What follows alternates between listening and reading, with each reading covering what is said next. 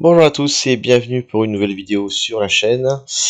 Aujourd'hui, je voulais faire un petit point de marché, hein, surtout après la volatilité qu'on a eue, qui a peut-être, pour ceux qui ne sont pas habitués, qui sont récents, créé des inquiétudes, qui a probablement surpris pas mal, parce qu'on a eu, pour une fois, plus que 10%, et on a eu une grosse baisse sur les altes, le marché a bougé, ça a pris du temps, donc voilà, c'est toujours un petit peu surprenant. Donc, on va regarder un petit peu ça ensemble, on va voir différents scénarios, et surtout, je vais essayer de, non pas de vous dire ce qui va se produire, parce que j'ai pas du tout l'ambition et la compétence de prévenir l'avenir, c'est quelque chose que je pense que très peu de gens ont, mais en tout cas de vous donner les éléments techniques qui pourront vous aider plus tard, prochains moments difficiles, prochaine volatilité, à prendre les bonnes décisions, ou en tout cas à comprendre ce qui se passe, et du coup être beaucoup plus zen lorsque ça se produit. Allez, on y va. Bon, tout d'abord, Bitcoin, toujours haussier, ok. Est-ce que pour l'instant on voit quelque chose en weekly qui nous paraît horrible, etc. Non, pas du tout. Impulsion, range, impulsion, ok. Pour l'instant là-dessus, tout va bien. Ce que vous devez comprendre rapidement, c'est que dans un marché, le marché peut avoir trois états, ok. Il peut être haussier, il peut être baissier, ou il peut être en range, ok. Actuellement, le marché est haussier tant que on n'a pas de rupture de structure, et pour l'instant on n'a pas de rupture de structure. Donc de ce point de vue-là, tout est normal. Est-ce que la volatilité qu'on a eue est extraordinaire? Eh ben, il suffit de regarder un petit peu ce qui s'est passé par le passé. D'accord? On regarde ce qui s'est passé il y a longtemps en weekly. Voilà, et dans une phase haussière, on peut avoir des phases de retracement, ok, avec différentes volatilités, et ces retracements peuvent être de l'ordre de, vous voyez ici en 2 semaines on est à moins 20%, oui ça a pris 2 semaines, ici sur une semaine on a eu moins 20%, ici sur une journée entre le top et le bottom on a eu, enfin une semaine pardon, on est à moins 15%, ce sont des choses qui arrivent, et ce sont notamment des choses qui arrivent, et c'est là que commence à être intéressant, lorsque on arrive sur les endroits où il y a un fort intérêt, et quand on arrive sur un top, quelle est la distribution. Donc c'est quand même un signe que on arrive proche de la fin. Vous couplez le ralentissement de la montée avec une accélération des baisses, et vous arrivez sur un signe de sommet. Ok. Par rapport à ça, du coup, je vous ai préparé ça normalement. Non, c'est pas celle-là. C'est ici, sur Bitcoin, en une échelle journalière. Voilà. Actuellement, sur du court terme, on va dire, moyen terme, on a une impulsion de 18%. Je vais parler rapidement, un retracement de 7, grosse impulsion, petit retracement, puis une impulsion beaucoup plus faible, 6%, avec un retracement plus important d'ailleurs que la hausse. On a continué avec une impulsion encore plus courte, hein, pour faire rapidement une impulsion, je prends le précédent ATH et le nouveau. Hein, je ne prends pas le bottom de la trajectoire, je regarde quand on franchit l'ancienne résistance, combien on fait. Donc passer de 6 à 4,5, avec un retracement derrière violent de 14%. Et notre nouvel ATH, on a franchi avec 3,6%, donc encore plus faible.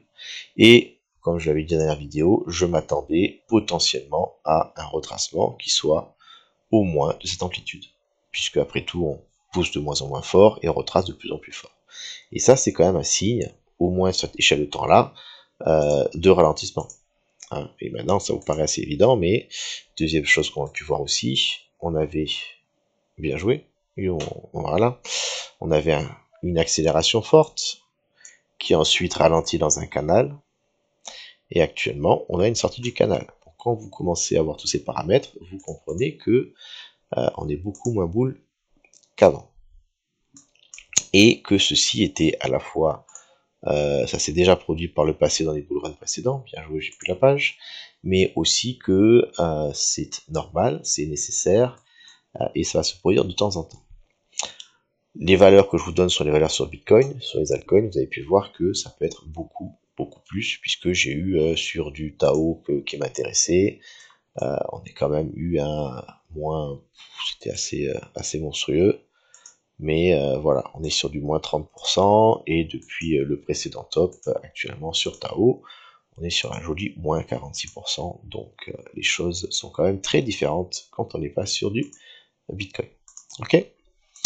Ensuite, donc voilà, pour l'instant, on est dans le domaine du normal. Maintenant, quelle est la suite? Est-ce que la suite, c'est la cassure par le bas et potentiellement le bear market? Est-ce que la suite, c'est le range encore? Est-ce que la suite, c'est la cassure vers le haut? Difficile à dire.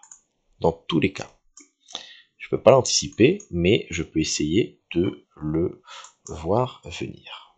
Premièrement, pour l'instant, il est toujours haussier.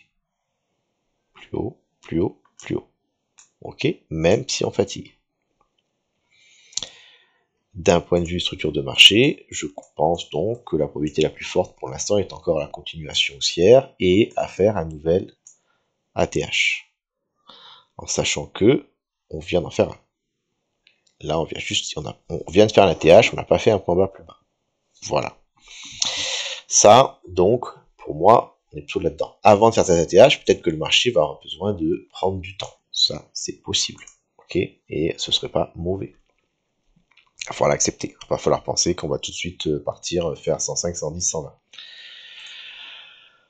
Là où les choses seraient différentes, ce serait si on a une cassure de structure sur cette échelle de temps. Et actuellement, c'est le bottom qui est là. Si jamais je viens casser ce bottom, et éventuellement encore plus fort celui-ci, dans un premier temps, je vais m'attendre à une réaction, à un rachat, parce que c'est une zone quand même intéressante, ce sera quand même très bas compris, mais on aura fait une structure de renversement si ensuite il nous restera un point haut plus bas qui sera fait. Ça, avec la cassure ici, c'est très très très mauvais, parce que cette structure-là est grosse, et donc ça va prendre de l'amplitude. Pour moi, c'est un retour à 70 000. Ça, c'est une continuation du range, des fois plus bas, des fois plus haut. Ok. Et ça, avec une impulsion de grande amplitude, c'est une continuation haussière, et on va les taper beaucoup plus haut. Donc je récapitule, en l'état actuel, là où on est, est-ce qu'il faut paniquer ou pas? Pour l'instant, on est sur des choses qui sont normales, d'accord, qui étaient même assez anticipables et prévisibles. Le risque de vraiment de Trébert, ce serait de venir perdre ce point-là et perdre cette structure ici, passer en dessous. Ok, à ce moment-là, probabilité très forte qu'on ait un retracement seulement partiel et une continuation baissière. Voilà, tant qu'on n'a pas perdu ce niveau, on est potentiellement dans un range. Et si jamais on vient casser le sommet actuel, en tout cas, on est toujours bull. Et si en plus on le fait avec de l'amplitude, on est sur une poursuite haussière et on pourra viser donc beaucoup plus haut. Voilà déjà ce pourquoi il faut regarder pour l'instant. Et vous voyez que ce bottom, il n'est pas anodin puisque la structure pour l'instant a été maintenue. Voilà, voilà. Ensuite, autres petits indicateurs. Par contre, un peu plus négatifs. Actuellement sur la bourse US Tech, S&P. Ici on est en weekly, on est en 2020. Grosse impulsion, retracement. Et ça, depuis longtemps, c'est quelque chose que je suis. C'est le one-to-one, c'est cette impulsion reportée ici, qui donnait une target pile poil là. On va zoomer en 4 heures. C'est toujours marrant. Ma target, le très jaune, on est venu toucher dessus, boum. Grosse réaction. Ok. Est-ce que le S&P est bear? Est-ce que c'est le début du remarqué sur le S&P? Est-ce que ça va entraîner les cryptos? Même principe. Structure. Structure. Pour l'instant, ça tient. Pour l'instant, on est haussier. Si on vient péter en dessous de ça, intégrer le canal, par contre là, et en plus avec un point plus bas, ce sera pas la même histoire. Ça peut prendre du temps. Ça peut prendre potentiellement jusqu'au mois de janvier. Pour l'instant, on sait pas trop. Pour l'instant, on a eu une grosse vente avec un rachat partiel. À voir ce qui se passe. Ok, comment va être la structure sur du court terme pour éventuellement déboucher sur un renversement plus long. Mais c'est quelque chose que j'ai dans la tête. Deuxième point important pour moi, le CME, les institutionnels. Actuellement, est-ce qu'ils sont bull ou bear? Quand on est arrivé sur la zone actuelle, ça, le premier prix, c'était le prix du CME, ça c'est le prix du Bitcoin. Ici, on avait les actions étaient boules puisqu'il y a eu jusqu'à 1500 $ d'écart entre le prix que eux achetaient et le prix du spot. Pourquoi cet écart? Parce que quand il y a trop de monde sur des dérivés ou sur du CME qui veut acheter, le CME, pour se protéger, pour pas qu'il perde trop d'argent au cas où ça monte, il commence à dire, bah, écoutez, vous rentrez, mais je vous prends 1 ou 1,5% de différence. Et ça me permettra, en cas de problème, d'éponger mes pertes. Donc, on voit ici qu'il y avait beaucoup de gens qui étaient rentrés, un gros déséquilibre, et donc l'écart de prix était plus important. Actuellement, cet écart de prix est en train de baisser, voire d'être quasiment nul. Ça veut dire que le CME, actuellement, est neutre. En tout cas, ça a vendu des positions, le déséquilibre s'est résorbé, donc c'est quand même un signe qu'il y a moins d'engouement sur le Bitcoin. Et ça se voit, hein, je veux dire, excusez-moi, voilà, le ralentissement, il sort pas de nulle part. Donc j'ai un marché global qui actuellement est en train de ralentir, potentiellement de renverser.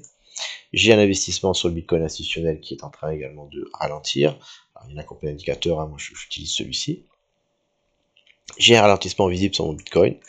Dans tous les cas, voilà maintenant comment est-ce que j'aborde la chose. Donc, pour moi, tant qu'on est dans ce range, on est potentiellement en distribution.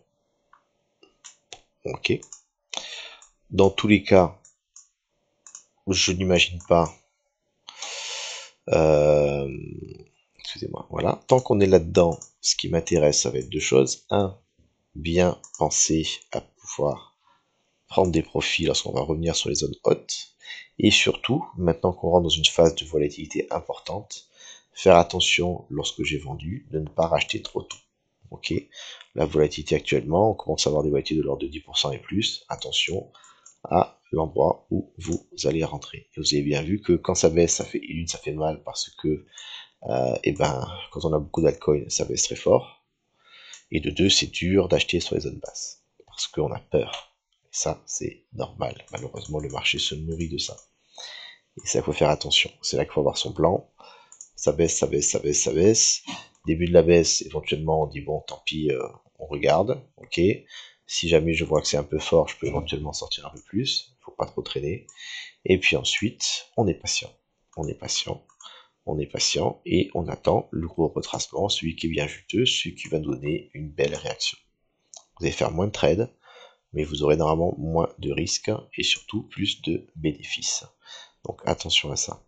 Je rappelle que j'ai fait une vidéo sur la règle des 20% qui disait de manière très simplifiée, tant qu'on est haussier, qu'on fait des points hauts plus hauts, lorsque le marché fait un retracement de 20%, c'est une excellente zone d'achat parce que techniquement, il va y avoir un rebond, au moins un short squeeze, un rebond technique, quasiment sûr, avec un très très très gros pourcentage de réussite. Donc là, vous voyez qu'on est sur un retracement de 15%, on est proche des 20%, c'était en dessous des 10, c'était vraiment une zone qui était intéressante. Donc prochaine grosse baisse, mon conseil, si vous n'avez pas réussi à vendre, ok, les premiers pourcentages, pourquoi pas. Une fois qu'on a passé les 10%, c'est trop tard. À partir de là, maintenant, vous voulez plus vendre, vous voulez, prendre le temps, acheter soit très bas, en dessous de 15-20%, à vous de voir vos objectifs, sur les altcoins ou autres, et voilà, c'est le moment d'acheter, quoi, pour l'instant, parce qu'on est toujours haussier. Par contre, si dans cette baisse, vous voyez que le piège, la fin, parce qu'on va y arriver, à un moment donné, ça va pas marcher, cette histoire. Donc imaginons qu'on continue, on est comme ça, on va faire un sommet, on revient un petit peu ici, volatilité, boum, on repart. Pour moi, voilà, cette zone-là. Si jamais on vient perdre cette zone, paf. Dans un premier temps, grosse baisse, rebond technique. Par contre, ensuite, très probablement, quand on aura cassé la structure, on partira sur quelque chose de baissier. On aura une zone de volume avec un gros fibo et ça nous donnera un endroit très très important à surveiller parce que si jamais on se fait rejeter là-dessus, ça risque d'aller très vite. Typiquement, c'est ce qu'on a sur un top. Accélération, ralentissement, latéralisation, amorce de baisse, perte de niveau important et après la fin. Voilà, donc acheter bas jusqu'à ce que ça ne marche plus. Le repère pour moi, je répète, c'est ça. Perdre les 89 et encore plus mécher sous les 85, c'est un signe très baissier. Est-ce que je vais vendre sous les 85 après la touche? Non, pas du tout. J'attendrai un petit peu normalement ce petit rebond là. Mais voilà, ce sera le moment de vendre, je pense. J'espère que ça va être utile. Voilà, prenez soin de vous, faites attention. La phase qui arrive va être très volatile, ça va être compliqué. Je vous le remontre au cas où. Hein. Ici, on est sur le bull run précédent en 2020. 27 000. Regardez un peu ce qui se passe. Poussez, poussez. Retracement très fort, d'accord, moins 26%. Alors ça bougeait plus parce qu'il y a moins d'argent sur le Bitcoin, mais quand même. Des rebonds, des nouvelles baisses.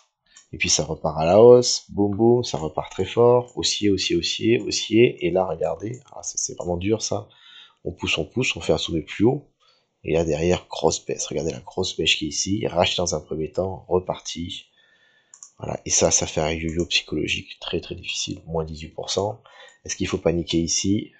Quand même, hein, il y a un rebond technique pour ensuite aller plus bas, pour ensuite repartir à la hausse, faire un sommet qui finalement peu d'amplitude par rapport au précédent, ça c'est pas bon ça. Hein, ici j'avais un sommet, là j'ai un sommet, là ça monte, mais là c'est pas le cas. Et si en plus derrière ensuite on n'arrive plus à franchir ce sommet,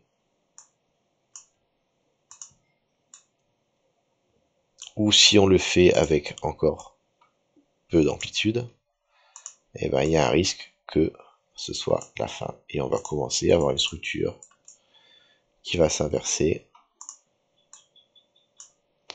avec la fin qui fait très mal. Voilà, je vous montre, mais là voilà, c'était énorme. Ça c'est le premier top. Regardez, ça a marché sur le deuxième à peu près. On était arrivé par ici, voilà. Sommet, sommet, sommet, sommet. On galère beaucoup. On fait un nouveau sommet qui dure pas longtemps, qui va pas très loin alors qu'on a eu pas mal de latérisation. Et derrière, c'est parti. Donc, formez-vous, organisez-vous, faites attention. Bon courage.